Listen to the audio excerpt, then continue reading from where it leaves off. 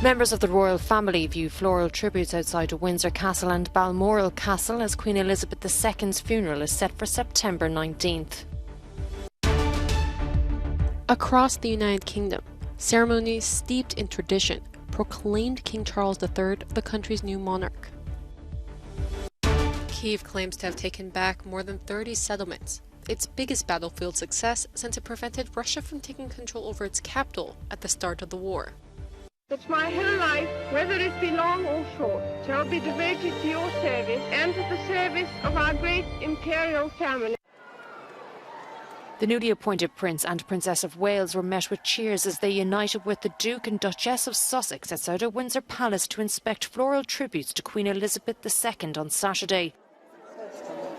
At Balmoral Castle, the Queen's 3 children, Princess Anne, Prince Andrew and Prince Edward, joined their families to view bouquets left for their late mother. An event which moved Princess Eugenie, the Queen's granddaughter, to tears. All the while, the sea of colourful flowers and heartfelt notes left by members of the public continues to grow outside the Queen's summer residence. She was just a figurehead. She was always there, always dependable, always sane and sensible, keeping her opinions to herself, but guiding in the background, probably. Devastated, to be honest, is probably the only word I could use. Just to put some flowers down and to just to pay respects and and to say thank you and stuff. The state funeral for Britain's longest-serving monarch has now been confirmed for September 19th at Westminster Abbey. Queen Elizabeth II's body will be brought to Holyrood Palace in Edinburgh and Gills Cathedral before her coffin travels to London on Tuesday. Gun salutes rang out from Edinburgh Castle on Saturday as King Charles III was officially proclaimed Britain's monarch.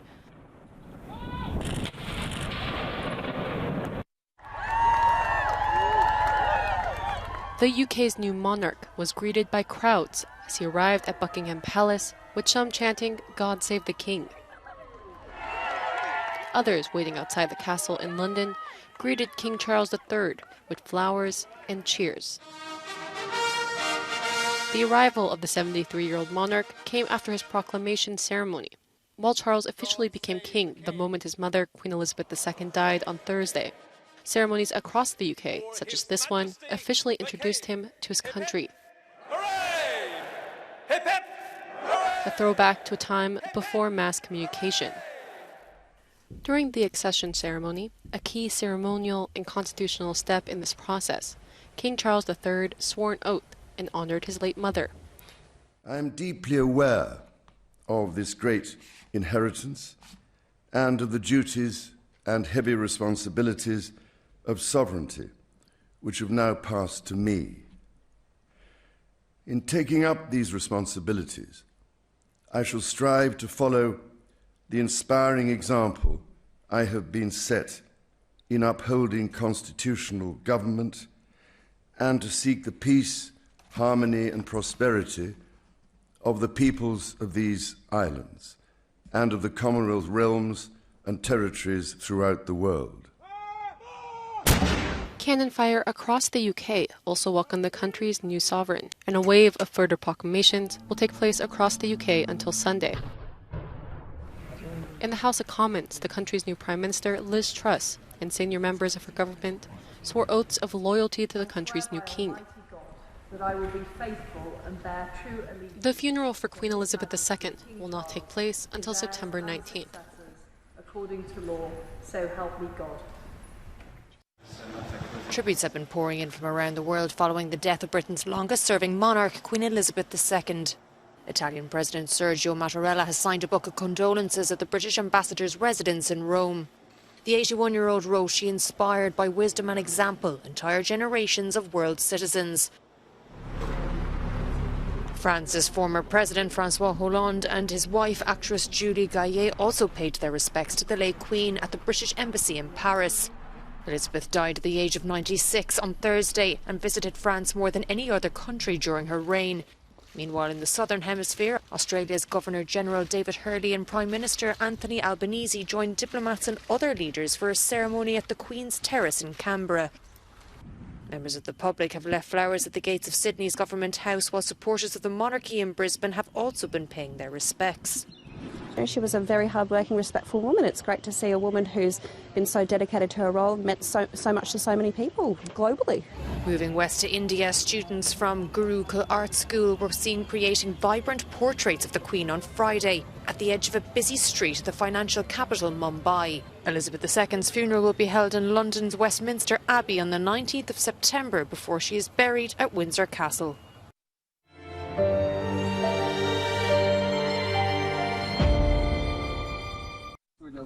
A Ukrainian flag rises above the city of Balaklia after 6 months of occupation by Russian forces.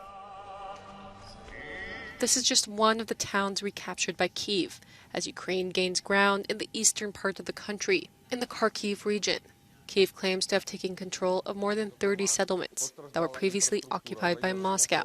This recent counteroffensive could be Ukraine's biggest battlefield success since it prevented Russia from taking control over its capital at the start of the war. Images released by Russia's defense ministry shows reinforcements reportedly heading towards the Kharkiv region, and its spokesperson says, to achieve the goals of the special military operation to liberate Donbass, a decision was made to regroup Russian troops stationed in the Balaklia and Izum regions to bolster efforts along the Donetsk front.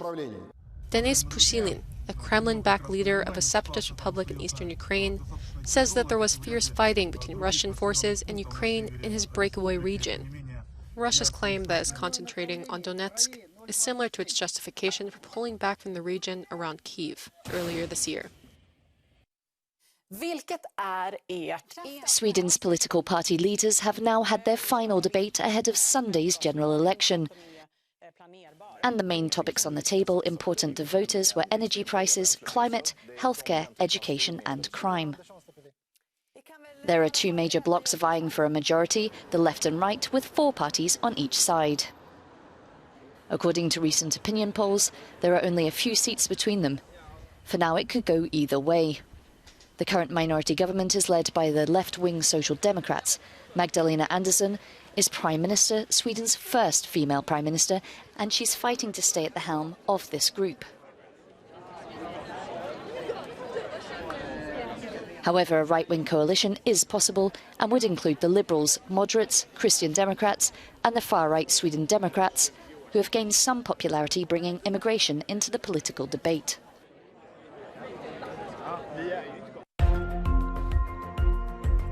At least 3 people have died and another 11 are injured after a passenger train and freight train collided in Croatia.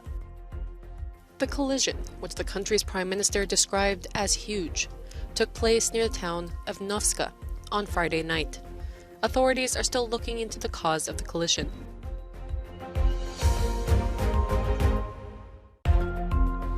Over 5,000 people have been evacuated in California after fire doubled in size on Friday. The blaze, dubbed Mosquito Fire, has grown to be at least 119 kilometers, endangering around 3,600 homes east of the state's capital, Sacramento. Authorities are investigating the cause of the fire.